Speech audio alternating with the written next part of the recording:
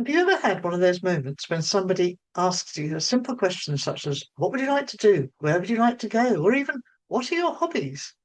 And you realise that you don't have a quick answer. Not because there isn't one, but because it's been a long time since anyone asked. I remember asking my mother-in-law whether she'd like tea or coffee, and her stock answer was always, whatever you're making, dear. At the time, it was quite funny and also sometimes frustrating. But looking back, I often wonder how often we all do a version of this. We become so used to going along with what's happening around us, making things easier for other people, that we stop checking what we actually choose ourselves. Life has a funny way of drawing us into roles so that we become the dependable one, the organizer, the peacemaker, the person who remembers everything, fixes the problems, keeps life quietly moving along for everyone else. And at first, these things are choices, and then over time they become habits, and eventually they begin to feel like our identity. The difficulty is that when we're constantly responding to other people's needs, expectations, or crises, we can gradually lose sight of ourselves. So it's rarely a conscious decision. More often it happens so gradually we don't see it happening at all. And then one morning we wake up, ding, and realise we've become very good at knowing who everyone else needs us to be, but much less certain about who we are when nobody's asking anything of us.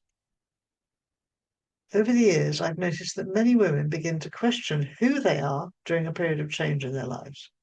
Perhaps the children have left home or elderly parents no longer need so much care. Sometimes work becomes less demanding or retirement creates a space that simply wasn't there before. For the first time in years, there's a chance to pause and breathe. And instead of knowing exactly what they'd like to do with that freedom, many tell me they feel unexpectedly lost. And that's not unusual at all. And what often surprises people is not simply that they've lost touch with themselves, but how that feels. They may have been looking forward to this stage of life for years, imagining all the things they'd finally have time to do. And then when the time arrives, they find themselves feeling flat, restless, or strangely unsure.